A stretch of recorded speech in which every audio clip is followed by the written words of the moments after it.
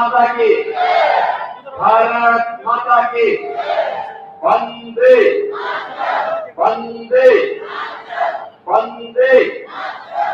मंच पर उपस्थित भारतीय जनता पार्टी के जिला के अध्यक्ष श्री आदेश प्रताप सिंह जी, उत्तर प्रदेश सरकार में मंत्रिमंडल के मेरे सहयोगी और इस क्षेत्र से लोकप्रिय विधायक श्री धर्मपाल सिंह जी, जिला पंचायत अध्यक्ष श्रीमती रश्मि पटेल जी, लोकप्रिय सांसद और भारतीय जनता पार्टी के आंवला संसदीय क्षेत्र से प्रत्याशी श्री धर्मेंद्र कश्यप जी, विधान परिषद सदस्य कुंवर महाराज सिंह जी, माननीय विधायकगण डॉक्टर श्याम बिहारी लाल जी, श्री राजीव कुमार सिंह जी, डॉक्टर राघवेंद्र शर्मा जी, पूर्व विधायक श्री धर्मेंद्र साक्य जी, पूर्व विधायक सनोज साक्य जी, भारतीय जनता पार्टी और सहयोगी दलों के सभी पदाधिकारीगण, भारी संख्या में आंवला में आज उपस्थित इस क्षेत्र से जुड़े हुए सभी बहनों और भाइयों, आज मुझे आंवला क्षेत्र में बाबा पंचेश्वर नाथ की स्मृता भूमि पर आप सबसे संवाद बनाने का सौभाग्य प्राप्त हुआ है। इस पावन धरा को नमन करते हुए मैं आप सबका हृदय से स्वागत करता हूं, अभिनंदन करता हूं। बहनों और भाइयों, मुझे बताया गया कि यह क्षेत्र पौराणिक पांचाल देश की राजधानी के रूप में भी प्रसिद्ध रही है और साथ साथ यही वह क्षेत्र है जहां अज्ञातवास के दौरान 5 पांडवों से यक्ष ने प्रश्न किए थे और उन प्रश्नों का उत्तर धर्मराज युधिष्ठिर ने दिया था। और यहां के बारे में मुझे बताया गया है कि यहां का मरोना धाम जो श्याम ठाकुर की कृपा का धाम बन चुका है, उस धाम में पूर्णिमा के दिन लाखों की संख्या में श्रद्धालु आकर के अपनी मनोकामनाओं की पूर्ति करते हैं। यहाँ के सभी पवित्र तीर्थ स्थलों, मंदिरों, पूज्य संतों को नमन करते हुए आप सभी से मैं जो प्रश्न कभी यक्ष ने बहनों और भाइयों युधिष्ठिर से किए थे, पांडवों से किए थे, वही प्रश्न आज मैं आप सबके सामने दोहराना चाहता हूं। बहनों और भाइयों, लोकसभा का चुनाव चल रहा है। तीसरे चरण के लिए चुनाव प्रक्रिया में हम आगे बढ़ चुके हैं। 2 चरणों के चुनाव संपन्न हो चुके हैं। 191 सीटों पर चुनाव अब तक हुए हैं और 191 सीटों के चुनाव के रुझान बताते हैं कि पूरे देश के अंदर एक ही स्वर गूंज रहा है और वह स्वर है कि फिर एक बार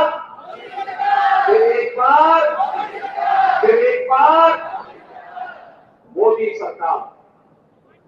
बहनों भाइयों, मोदी सरकार के स्वर क्यों गूंज रहे हैं?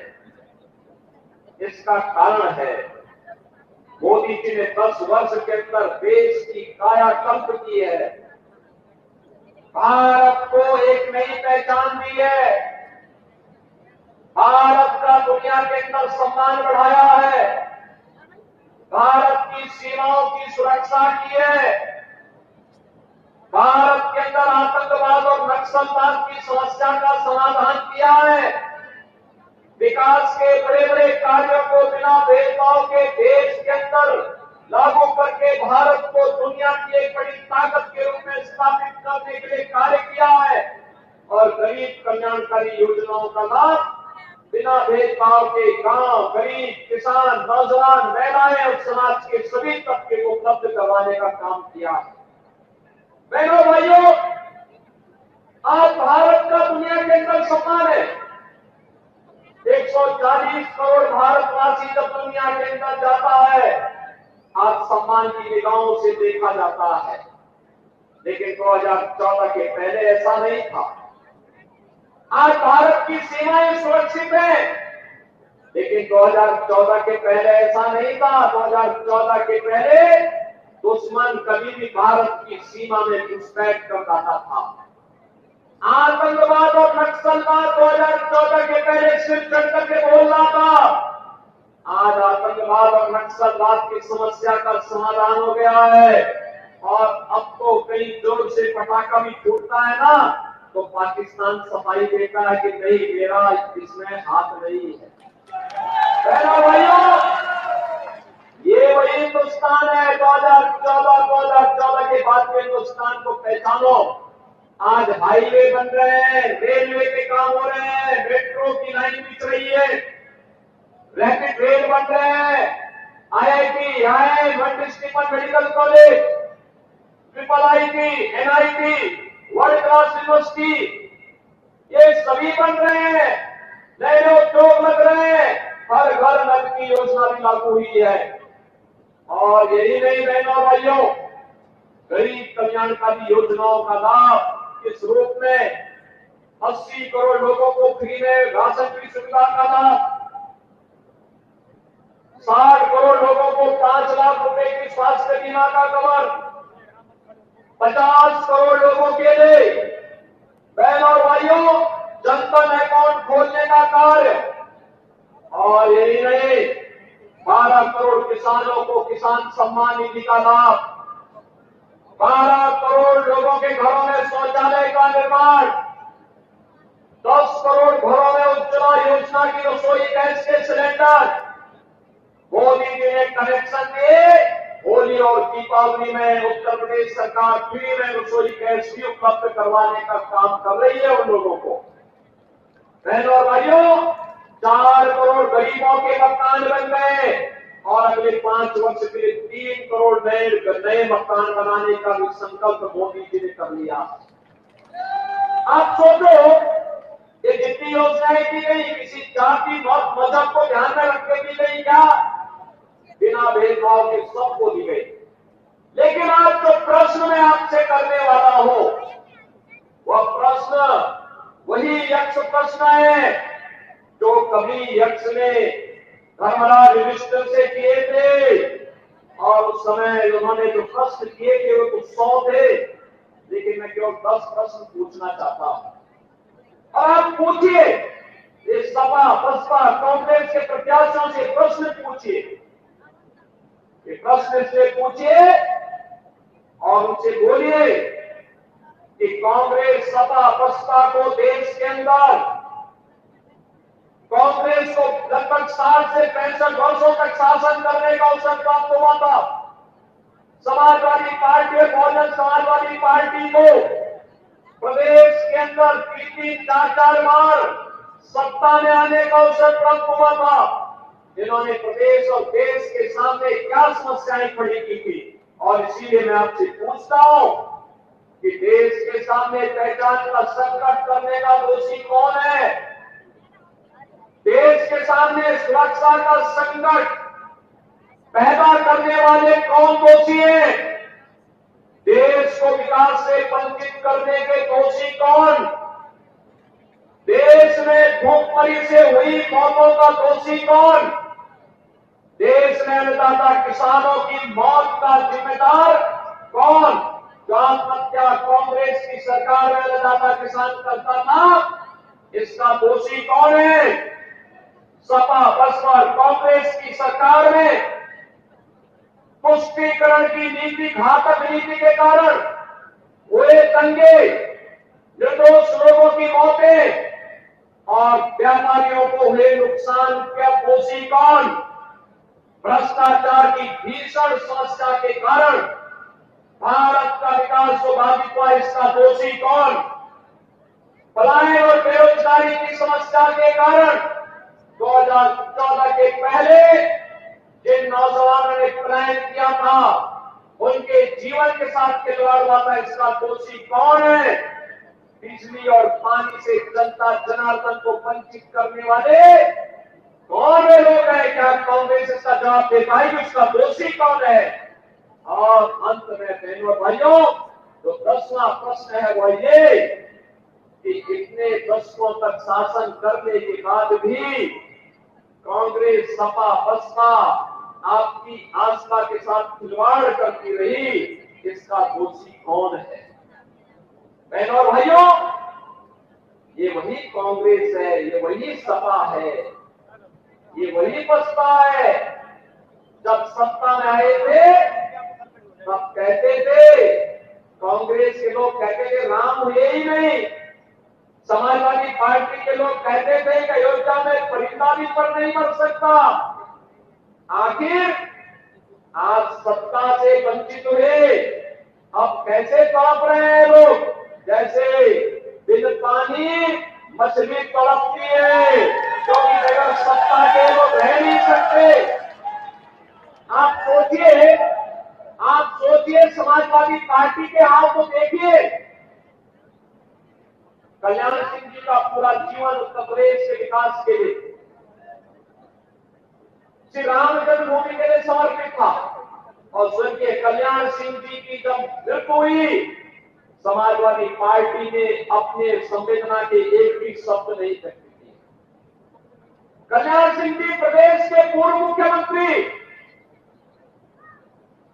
राज्यपाल, और उनकी दुखद मृत्यु पर समाजवादी पार्टी के पास संवेदना के एक भी शब्द नहीं। मुलायम सिंह जी की मृत्यु हुई, मैं स्वयं गया था, मैं सेफई गया था, लखनऊ भी गया था, सेफई भी गया था, श्रद्धांजलि देने के लिए गया था। लेकिन बहनों और भाइयों, ये समाजवादी पार्टी के ही लोग एक माफिया की मौत पर कैसे घड़ियाली आंसू बहाते हैं, आपने भी देखा होगा। एक माफिया के मरने पर हत्या करने के लिए गए माफिया के साथ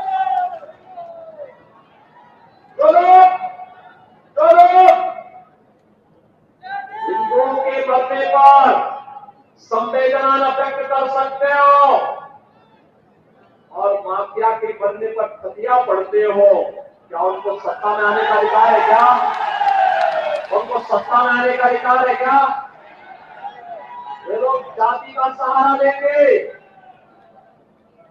लेकिन परिवार तक सीमित हो जाएंगे। आपने देखा होगा समाजवादी पार्टी ने एक ही परिवार के सब लोगों को निकल अपने ही परिवार के सब लोग, परिवार के बाहर कोई नहीं, परिवार के बाहर सोची नहीं है, जाति का सहारा लेंगे।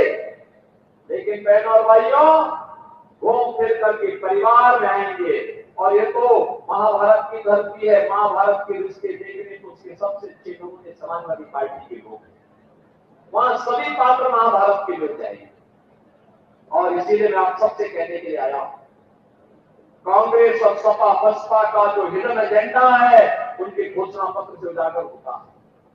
वे फिर से प्रदेश को, देश को दंगों की आग में झोंकना चाहते हैं, भारत का विभाजन की आधारशिला रखना चाहते हैं। मेहनत के बाद भारतीय जनता पार्टी की सरकारों ने सुरक्षा का, निवेश का, रोजगार का जो बेहतर माहौल बनाया है, इसमें बैरियर बन करके लोग आए हैं। हमें देश के विकास में किसी को बैरियर नहीं बनने देना चाहिए।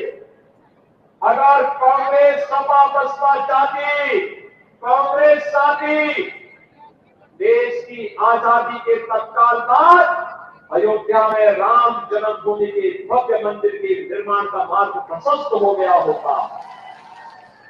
कांग्रेस ने तो कहा राम हुए ही नहीं, यानी हमारे आराध्य देव को अपने स्वयं की जन्मभूमि के लिए प्रमाण जुटाने पड़े। लेकिन सत्य को कोई झुटला नहीं सकता है। तो वही हुआ, अयोध्या में राम मंदिर का निर्माण हुआ है ना। क्या ये कांग्रेस, सपा, बसपा के लोग कर पाते? क्या ये लोग कर पाते? क्या आतंकवाद की समस्या का समाधान ये लोग कर पाते क्या? नक्सलवाद की समस्या का समाधान ये लोग कर पाते क्या? भ्रष्टाचार को पहाड़ कांग्रेस सपा बसपा के लोग कर पाएंगे क्या? सुरक्षा का माहौल ये दे पाएंगे क्या? और माफिया से निपटने का काम ये लोग कर पाएंगे क्या? अरे तो माफिया और दंगाइयों को अपने गले का हार बना करके घूमते थे। अब तो भारतीय जनता पार्टी की सरकार है जो माफिया कल तक सत्ता का सरपरस्त बन करके आम जनता को, व्यापारी को, बेटी को तबाह करता था।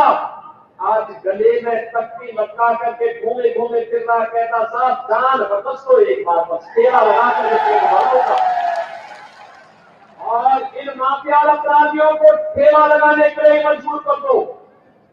मेहनत कैसे होती है ये करना सिखाओ इनको, नहीं तो ये लोग गरीबों के हाथों पर डकैती डालेंगे, कमजोर लोगों को तबाह करेंगे, व्यापारियों से रंगदारी वसूली करेंगे, नौजवानों के हाथों में तमचा लहराने का काम करेंगे। हमें नौजवानों के हाथों में तमचा नहीं, हमें उसके हाथ में टैबलेट देना है, टैबलेट, जिससे वह एक स्मार्ट यूथ के रूप में देश के विकास में और मोदी जी के विजन के अनुरूप विकसित भारत के निर्माण में अपना योगदान कर सके। हमें व्यापारी से रंगदारी वसूली करने वाले लोग नहीं चाहिए, व्यापारी को स्वनिधि देने वाली सरकार चाहिए, स्वनिधि का तोहफा देने वाली सरकार चाहिए। हमें गरीब और कमजोरों की लैंड पर कब्जा करने वाले माफिया नहीं चाहिए, हमें तो उन्हें स्वामित्व योजना में मालिकाना अधिकार देने वाली सरकार चाहिए और ये काम केवल भाजपा कर सकती है। और इसीलिए मैं आया हूं कि जाति के सौदागर परिवार जाति के नाम पर आएंगे, परिवार का पेट भरेंगे और बाद में जनता की अमानत पर, उनकी इज्जत पर भी हाथ डालने का काम करेंगे। इन लोगों को दोबारा सत्ता में आने का कोई अधिकार नहीं। और बहनों और भाइयों, कांग्रेस का मैनिफेस्टो, इंडी गठबंधन का, कांग्रेस सपा का जो मैनिफेस्टो है, ये तो एक खतरनाक बात को आकर्षित ध्यान आकर्षित करता है। ये कहते हैं अपने मैनिफेस्टो में, जो बाबा साहब भीमराव अम्बेडकर ने कहा था, संविधान बनाते समय उन्होंने कहा धर्म के आधार पर आरक्षण नहीं हो सकता, आरक्षण का लाभ अनुसूचित जाति जनजाति के लोगों को ही मिलेगा। और मंडल कमीशन की रिपोर्ट के बाद अब पिछड़ी जाति के लोगों को इसका लाभ मिलेगा। लेकिन कांग्रेस और सपा गठबंधन क्या कहती है? ये कहती है कि हम लोग ऐसी व्यवस्था करेंगे कि पिछड़ी जाति और अनुसूचित जाति के आरक्षण में से कुछ हिस्सा काट करके ये मुस्लिम को देने का कुछ प्रयास करने जा रहे हैं। क्या आप इसको सफल होने देंगे? क्या हिंदुओं के हक में डकैती डालने की छूट देंगे? क्या इन्होंने पहले देश को बांटा, आज ये देश को 1947 में विभाजन करने के बाद आज इनकी दृष्टि आपकी संपत्ति पर आ गई। अभी कहते हैं हर भारतीय की संपत्ति का सर्वे करवाएंगे, सर्वे करा करके फिर ये कहेंगे कि इस पे विरासत टैक्स लगेगा। और विरासत टैक्स के आधार पर क्या कहेंगे कि आपके बाप दादों की तो संपत्ति होगी, घर होगा, खेत होगा, खलिहान होगा, फिर उसमें कहेंगे कि इसमें से आधा संपत्ति में विरासत टैक्स में सरकार दे रही है और समाजवादी पार्टी और कांग्रेस के गुंडे उस संपत्ति पर कब्जा कर जाएंगे। क्या आप इसको स्वीकार करेंगे? क्या इसकी मंशा स्वीकार होने देंगे? क्या? और इसीलिए बहनों और भाइयों, मैं आप सबके बीच में आया हूं आपसे अपील करने के लिए। मोदी जी ने देश को एक विजन दिया है, विकास का, सुरक्षा का, समृद्धि का और नए भारत का। आज दुनिया में सम्मान बढ़ा है, सुरक्षा का बेहतर माहौल हुआ है, आज भारत को दुनिया में कहीं भी जाकर सम्मान मिलता है। नौजवान आज एक सही राह पर आगे बढ़ रहा है, भारत को विकसित भारत के सपने को साकार कर रहा है। और विकसित भारत के इसी सपने को साकार करने के लिए आज मैं आपके पास आया हूं आंवला में। धर्मपाल जी ने कई बार प्रयास किया कि मैं यहां आऊं, पिछले विधानसभा चुनाव में मैंने कई बार प्रयास किया था, कार्यक्रम नहीं बन पाया था। आज बहनों और भाइयों, मुझे यहाँ आने का अवसर प्राप्त हुआ और इसीलिए मैं आप सबका आह्वान करूंगा, हम लोग किसी के बहकावे में ना आए। जो देश के लिए है हम उसके साथ में, जो देश के साथ में हम उसके साथ में, क्योंकि जीवन हमारा है, सुरक्षा भी आपकी है, देश भी आपका है। तो जब देश आपका, सुरक्षा आपकी, वोट आपका, तो सरकार भी तो आप ही की होनी चाहिए, होनी चाहिए कि नहीं होनी चाहिए। और इसीलिए मैं आया आपसे कहने के लिए, या केवल और केवल भारतीय जनता पार्टी इसकी सुरक्षा की गारंटी दे सकती है। प्रधानमंत्री मोदी जी ने विकसित भारत और आत्मनिर्भर भारत की बात की है, और केवल भारतीय जनता पार्टी कर सकती है। लेकिन बहनों और भाइयों, इसके लिए आपको अपने स्तर पर भी कुछ सहयोग करना पड़ेगा। मुझे एक बात बताओ, क्या देश से बढ़कर के कोई है क्या? देश से बढ़कर के हमारा स्वयं का स्वार्थ हो सकता है क्या? अरे देश का हित होगा तो हमारा भी हित हो जाएगा उसी। और इसीलिए चुनाव के दिन सबसे पहला काम मतदान, पहला काम मतदान, और दूसरा कार्य ये देख करके कि देश के हित में, देश के विकास के हित में, देश की सुरक्षा के हित में, भारत की सनातन आस्था का सम्मान करने वाली सरकार चाहिए, और वह केवल और केवल भारतीय जनता पार्टी होगी। और इसी के लिए मैं आपके पास आया हूं। बहनों और भाइयों, इस क्षेत्र का, यानी आंवला क्षेत्र से तो मुझे कई बार, मेरे साथ में हम लोग साथ साथ काम किए, स्वर्गीय राजवीर सिंह जी, कई बार हम लोग संसद में साथ साथ थे।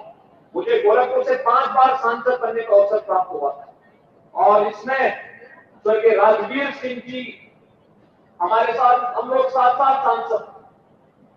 आज हमारे बीच में उनका पुत्र यहाँ मंच पर भारतीय जनता पार्टी के लिए कार्य कर रहा है। कुंवर सर्वनाथ सिंह जी भी थे, लेकिन हो सकता है कि कुछ विचलन हो, लेकिन देर आए दुरुस्त आए। अवश्य उनका आशीर्वाद भी भारतीय जनता पार्टी के प्रत्याशी को प्राप्त होगा, देर से देर जरूर प्राप्त होगा। और मैं चाहूंगा कि कहीं भी हटाव नहीं होना चाहिए। हम राष्ट्रवादी मिशन के साथ जुड़े हैं, राष्ट्रवादी मिशन के साथ हमें आगे बढ़ना है, और इसीलिए मैं आप सबसे अपील करूंगा कि हमें भारत के हित के लिए मोदी जी को तीसरा कार्यकाल देना है, क्योंकि मोदी जी के तीसरे कार्यकाल में पहले 3 वर्ष में ही भारत दुनिया की तीसरी बड़ी अर्थव्यवस्था बन जाएगा, और वह हर भारत के लिए गौरव की बात होगी। आप चाहते हैं कि भारत दुनिया की एक ताकत बने?